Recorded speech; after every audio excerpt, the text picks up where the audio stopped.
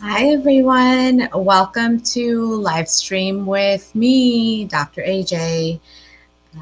Here I am. Hi. Hi. I hope everyone's doing well.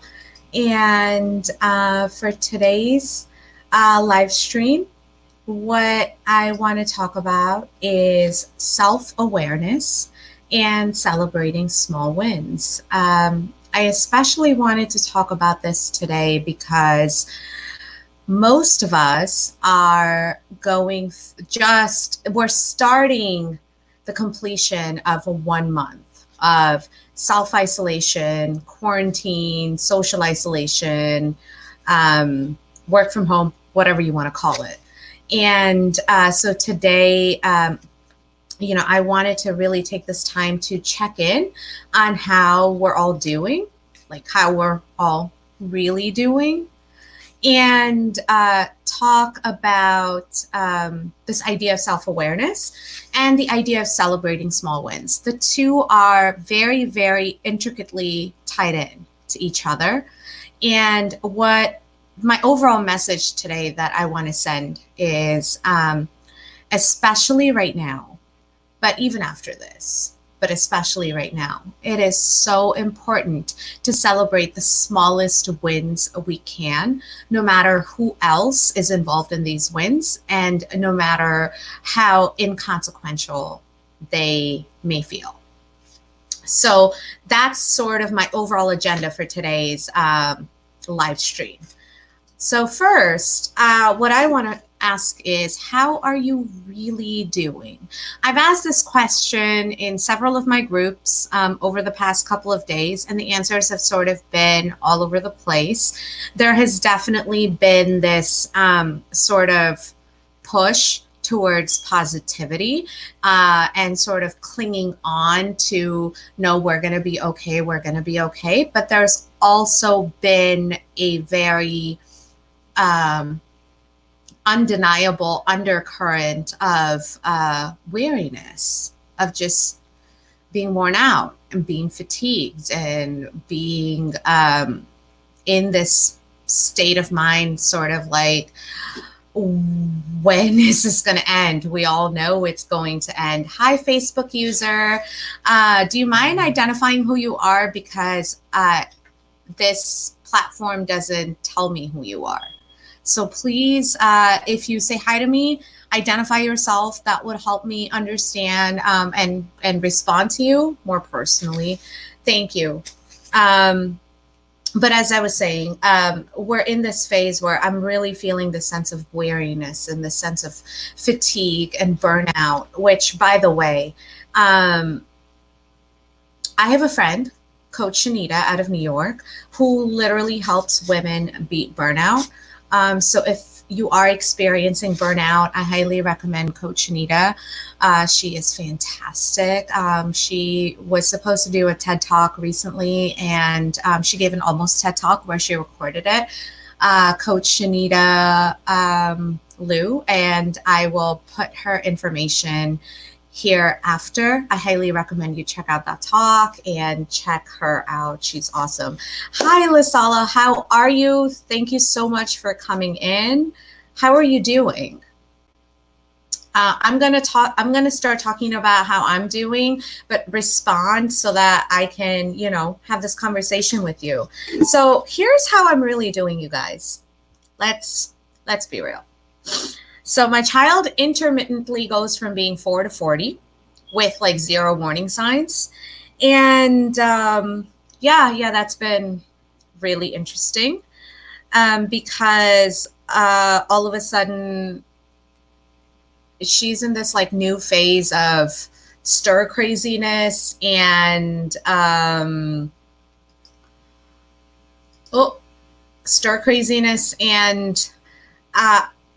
I don't know what you would call a 4-year-old who zooms around the house going zoom, zoom, zoom. Whatever that is, that's where she's at.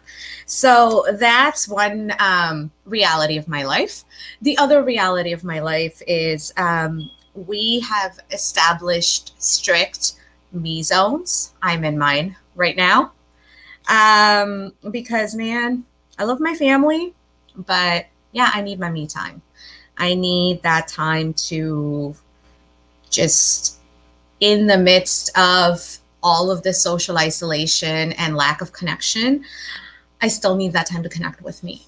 So we've established those very strictly, and those are going decently well. It's mostly me being in my me time, and then my daughter invading my husband. So that's been interesting. And it's so interesting that that comes up right now, because I feel like with this burnout that's happening, with this fatigue that's happening. Hi, Dad. Thank you so much for joining. I'm so glad you're on here. I'm genuinely surprised. I will try and make this impactful, even like for everybody, and I will try and tell you something I've never told you before, Dad. So, what I was saying is that I am seeing so many people burning out and sort of getting weary over this period, that I truly feel like we are not focusing on our mental well-being enough. Again, this goes back to what I said a couple of weeks ago about this is the time for us to break our conditioning free, and break free of our conditioning rather, and start following our own scripts for what makes sense for us. To that end, I am also starting to realize that for a lot of people, that you may not know exactly what that means. What you do know is that right now you do need to focus on your mental well-being first and foremost, but you may not know what that entails. So I have something I created just for you. It's called Create Your Own Script for Thriving.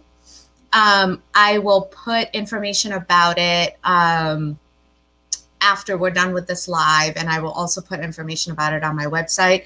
Feel free to check it out and reach out to me. My information is on that ticker that's going across the bottom of my screen. That's something I wanted to say to you. Hi, Lauren. Thank you so much for joining this. Thank you. Oh my gosh, this means so much. So I really, here's what's happening. We're all moving towards chaos, right? We realize that the world is moving towards chaos, and we don't know how to respond to that. But especially Lauren and my dad, and if Miss K, if she's, she comes in here, one thing we're taught in high school in chemistry and in biology and in philosophy and spirituality, if you go into that, is that without any intervention, the world always moves towards entropy. And so that's sort of where we are going to right now, which is why I actually celebrate my small wins. It's my way of fighting the entropy. It's my way of not just swimming in place, but actually going upstream. Hi, Anusha. Thank you so much for joining. So here's, I wanna spend just a couple of minutes talking about why I celebrate the small wins. First thing is, when I celebrate the small wins, it allows me to acknowledge where I've come from, the small gaps I've managed to address, keeping in mind that there's still maybe very big gaps, but it also makes it very clear in my mind that it's okay for me to celebrate me, no matter how big or small, which is why I shared that news about like my TV show. I'm so humbled and so grateful I got that opportunity for having a TV show called The Leadership Code on an up and coming television network. That doesn't make me the next Oprah, and that's okay. I don't need to be the next Oprah. This was a step that was far beyond my wildest dreams for like my 1-year anniversary of being an entrepreneur. So I'm going to celebrate it, because that allows me to acknowledge my growth. And that also allows me to see all the places in which I can grow without being judgmental. So this is one big reason why I celebrate small wins. And in order for me to celebrate the small wins, I have to break free of the conditioning. I have to break free of the social conditioning. All those, societal voices of judgment, all those, oh, well, you don't compare to so and so or so and so. And what have you really accomplished? Why are you patting yourself on the back when somebody else has done 4 times as much as you? And really bringing in those comparison standards. By me taking the time to acknowledge my small wins and celebrate them, I'm saying I'm literally making a stance in my own mindset and in my mental well-being framework that I don't need comparisons. I can celebrate me no matter how big or small anybody else thinks that it is. I can still celebrate me, and I can be okay with that, and I can still grow and evolve and transcend past that. So that's another big reason why celebrating small wins is important. Now, let's talk about the self-awareness piece of that. If you truly want to celebrate your small wins without judgment or without any feeling of, yeah, but I could have done better, that actually means that you have to understand why you're reacting in certain ways to situations, and 2, understand what those reactions signify in your life, right? Why are you reacting in whatever way you are? And 2, what is the significance of those reactions? For those 2 questions to be answered, you have to have a level of self-awareness. You have to dig in deeper. You have to introspect, and you have to understand, what are the stories you're telling yourself? What are the stories you're internalizing from other people? What are all the ways in which you are demeaning yourself and negating your own value? And when you negate your own value, is anybody else out there going to value you at what you're worth, right? You have to be able to understand your own value and give it worth before anybody else can. And that's not selfish. That's self-interested, which is very different from being selfish. For you to show the best version of yourself, you have to first see that you are the best version of yourself. And that brings me back to my making your invisible visible for better inclusion and belongingness. That's been my tagline for my whole life. And that's where I always say we have to start, right? You have to start by seeing your whole self, seeing your whole worth. Because unless you see your whole worth, you cannot communicate it to anybody else, and you cannot see other people's whole worth. So really, it all does boil down to the work you do on yourself to get to the point of having the impact that you want to have on other people. And that's the last reason why I also celebrate small wins. That's my way of showing people it's okay to value yourself. I value myself for what I'm worth. It's okay for you to value me at what I'm worth, and I will value you at what you're worth. So that's really why.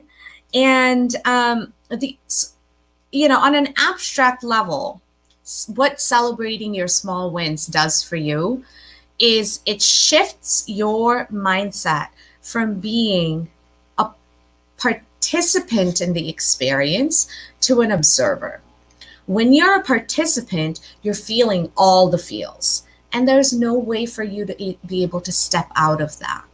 But when you're an observer, you can actually see what you're going through, why you're going through it, and you have control over the actions you take towards your future. Celebrating your small wins and acknowledging yourself helps you understand how to navigate between being a participant and feeling all the feels and observing it and understanding the pros, the cons, where you can grow, what you can improve on, so on and so forth. So please celebrate your small wins. My daughter wore clothes 2 times this past week. I'm celebrating that. Granted, my husband had more to do with that than I did. I'm still celebrating that as a group win because, hey, it's a team effort. Parenting is truly a team effort, no matter how much every member of the team is contributing. Let's go with that. If you have any questions, please don't hesitate to ask me. That's what I'm here for. But until I get questions, I'm just going to continue. Right now, what's happening around us is we're having a hard time being observers versus participants because there is so much uncertainty around us. And I talked about that last week.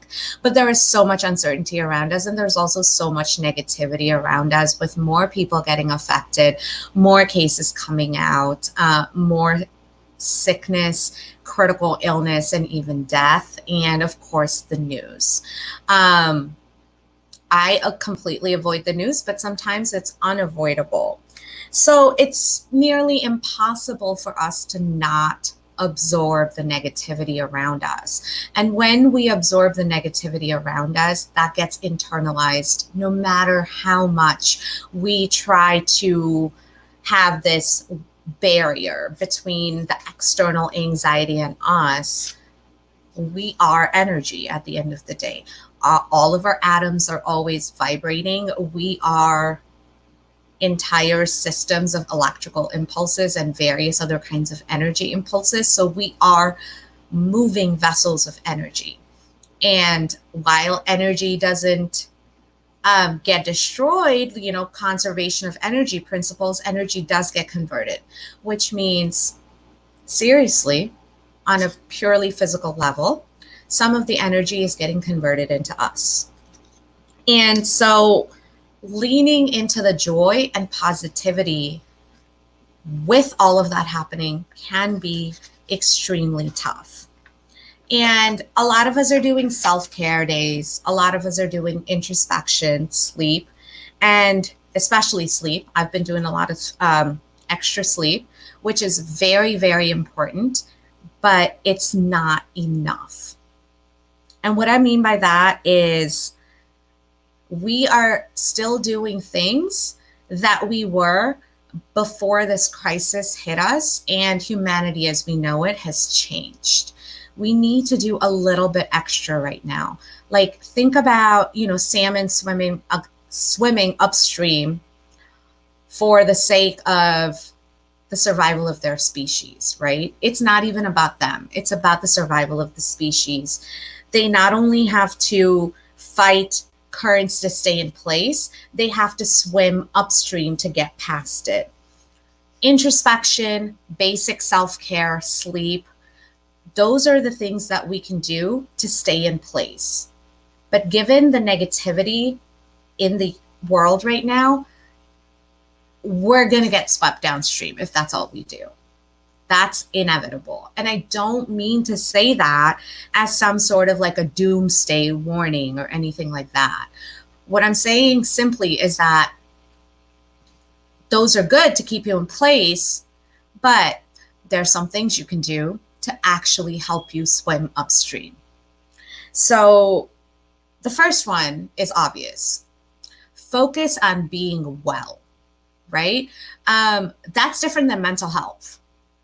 Well-being. Think about that word, well-being, being, your state of being, who you are at your core, what is helping you thrive. That has to be well for you to be able to make sense of anything else right now. So focus on being well and focus on those things that allow you to be well. Again, self-care days, introspection, sleep, all of those great options. If those are not enough, dig a little bit deeper and find what helps you thrive. And I want to take a little bit of a tangent here. This is what this tattoo means. It's actually Sanskrit and it's in wave form. It means Tattvamasi. It means thou art that, or I am, you know? So I am who I am. I am who I am becoming. I am, period. Leaning into that present moment of I am and allowing yourself to feel that without judgment and not expecting it to get you anywhere other than to be in the moment. That's a huge part.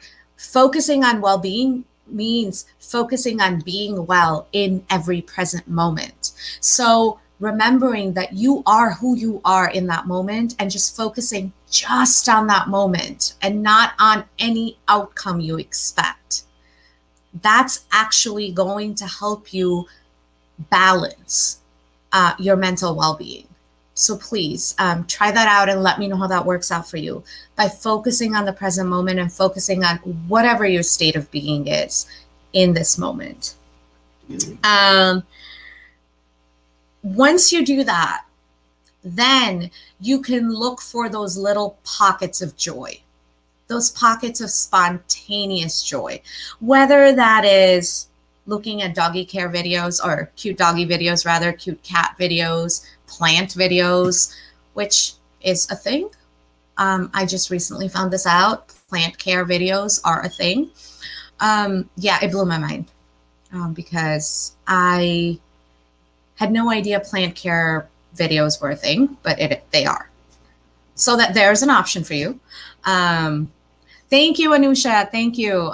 Yeah, it's Tattvamasi is something I've meditated on since 2009. And even now, every single day, I find new ways to evolve into it. So it really is the foundation of my life, the foundation of my purpose, and the foundation of everything I try to teach to people. So thank you for that. That means a lot.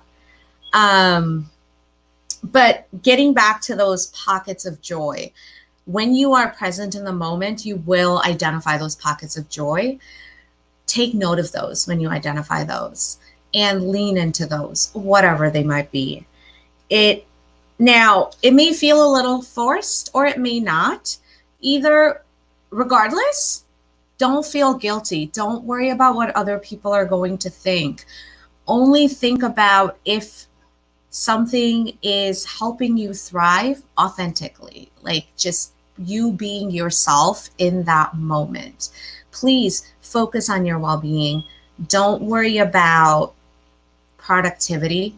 Don't worry about what other people may think of you.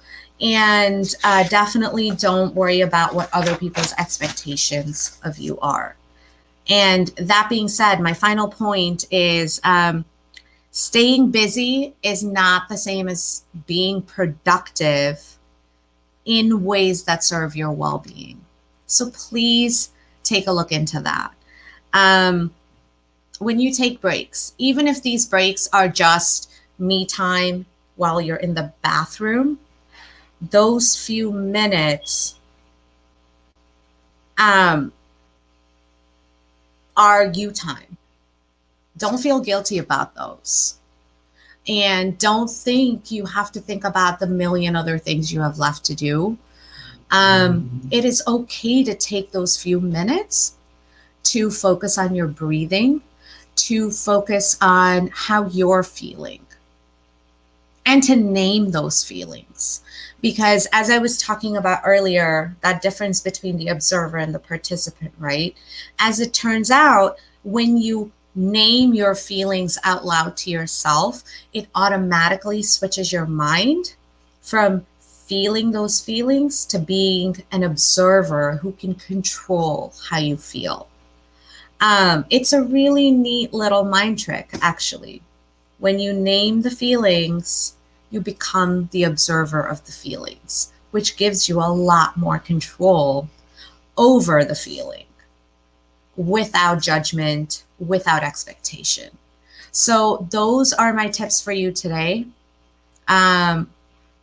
If anyone has any questions, please let me know right now.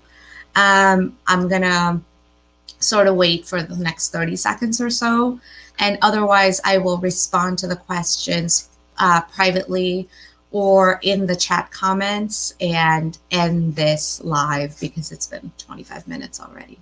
So if you have any questions, now's the time.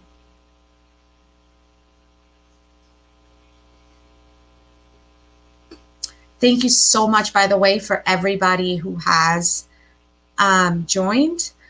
We have a virtual sip and learn, like a virtual happy hour where you can learn on Wednesday, April 15th at 8 p.m. Eastern Time.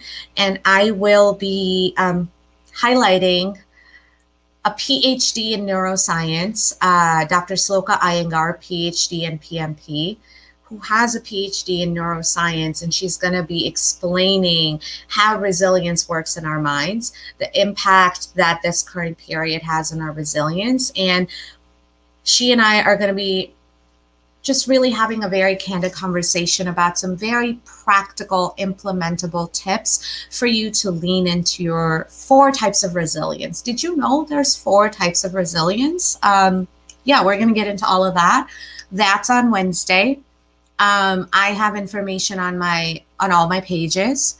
If you don't have the registration link, please feel free to reach out to me using the ticker bar below, and I will send you the registration link. I'm super excited about that. I also have several other programs coming up, which I will be telling you about in future lives. But really for this one, I wanted to focus on the burnout, the fatigue, and saying, again, at the end of the day, saying it's okay that you're feeling that. Give yourself permission. What we're going through is not easy. What we're going through is unprecedented in our lifetimes. But it doesn't mean you can't, or that you shouldn't focus on yourself, even for a little bit every single day. So please focus on your well-being. When you thrive, you help everyone around you thrive. When you thrive, your impact gets amplified. So we all need you to thrive. And if there's any way in which I can help you with that, more than happy to have a clarity call with you. My information is on the ticker underneath my video. Please feel free to reach out to me and we'll have a conversation. Other than that, I'll see you guys on Thursday with my next topic. Until then, bye. And I hope you join the Sip and Learn on Wednesday, 8 p.m. Register to get the password protected link.